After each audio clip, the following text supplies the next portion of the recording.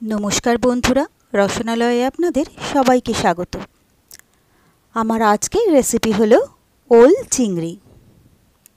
এই ওল অনেকেই হয়তো খান না বা খেতে পছন্দ করেন না, কিন্তু আমি যে পদ্ধতিতে আজকে রান্নাটা দেখাবো সেই পদ্ধতিতে যদি একবার ওল চিংড়ি রান্না করে খান তাহলে বারবার খেতে চাইবেন।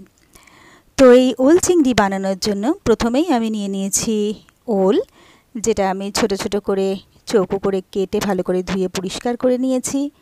নিয়ে নিয়েছি চিংড়ি মাছ, এটাও আমি ধুয়ে পরিষ্কার করে নিয়েছি। এরপরে একটা প্যানে আমি বসিয়ে দিয়েছি জল। জলটা গরম হলে আমি কেটে ধুয়ে রাখা ওলগুলো ওর মধ্যে দিয়ে দিলাম, আর দিয়ে দিচ্ছি খুব সামান্য পরিমাণে একটু নুন।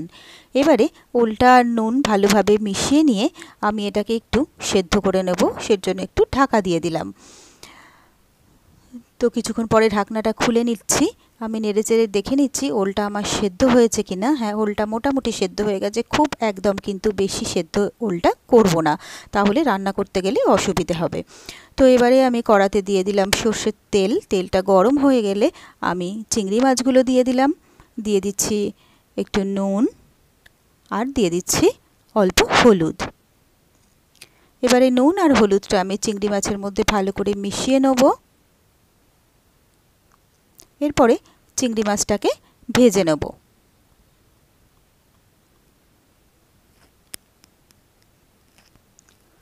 তো চিংড়ি মাছটা এপিট ওপিট করে আমি ভালো করে ভেজে নিলাম। এরপরে আমি চিংড়ি মাছটা অন্য একটা প্লেটে তুলে রেখে দিচ্ছি। এরপরে কড়ায় আমি আর একটু সর্ষের তেল দিয়ে দিলাম। তেলটা গরম হয়ে গেলে আমি তাতে দিয়ে দিচ্ছি তেজপাতা, আর দিয়ে দিচ্ছি 1 চা চামচ গোটা জিরে।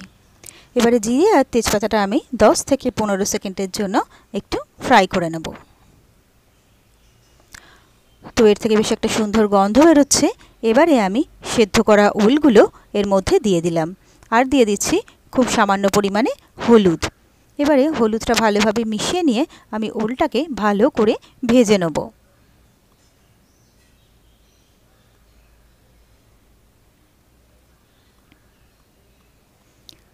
তো ওলটাকে বেশ খানিকটা আমি ভালোভাবে ভেজে নিয়েছি। এরপরে আমি এখানে দিয়ে দিচ্ছি গরম জল। যতটা পরিমাণে গ্রেভি রাখবো সেই পরিমাণে জল আমি এখানে দিয়ে দিচ্ছি।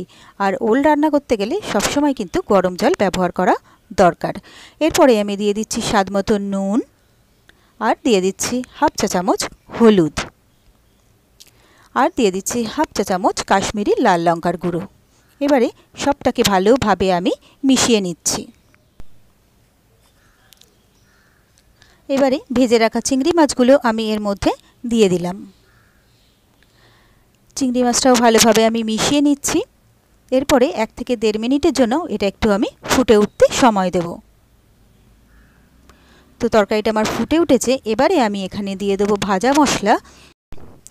তো এর মধ্যে আমি দিয়েছি 2টো শুকনো লঙ্কা, দিয়ে দিয়েছি 1 টেবিল চামচ ধনে, 1 টেবিল চামচ জিরে।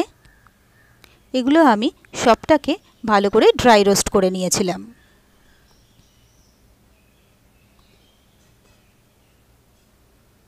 এই ভাজা মশলা দিলে কিন্তু ওল চিংড়ির স্বাদ একেবারে বদলে যায়। তো মশলাগুলো আমি ড্রাই রোস্ট করে নিয়ে একটা গ্রাইন্ডারে নিয়েছিলাম। এরপরে মশলাগুলো একটু ঠান্ডা হলে আমি গ্রাইন্ড করে নিয়েছিলাম। তো সেই ভাজা মশলাটাই আমি এই তরকারির মধ্যে এবারে দিয়ে দিচ্ছি। এবারে ভালোভাবে তরকারির মধ্যে মশলাটাকে আমি মিশিয়ে দিচ্ছি।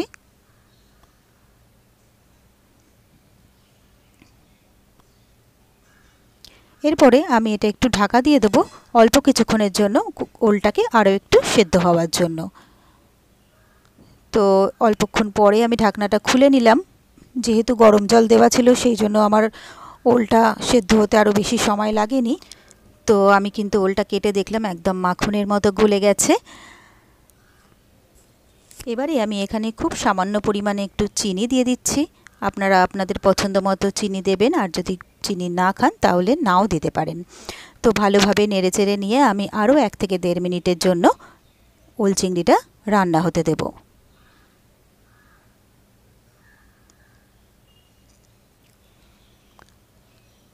তো 1-1.5 মিনিটের জন্য আমি একটু ফুটিয়ে নিলাম। এরপরে আমি নেড়ে চেড়ে দেখে নিচ্ছি ওল চিংড়ি কিন্তু আমার একেবারে রেডি। এবারে আমি গ্যাস অফ করে দেব। এবারে সার্ভ করার জন্য একটা সার্ভিং প্লেট নিয়ে নিয়েছি। ওল চিংড়িগুলো আমি সার্ভিং প্লেটে তুলে নিচ্ছি।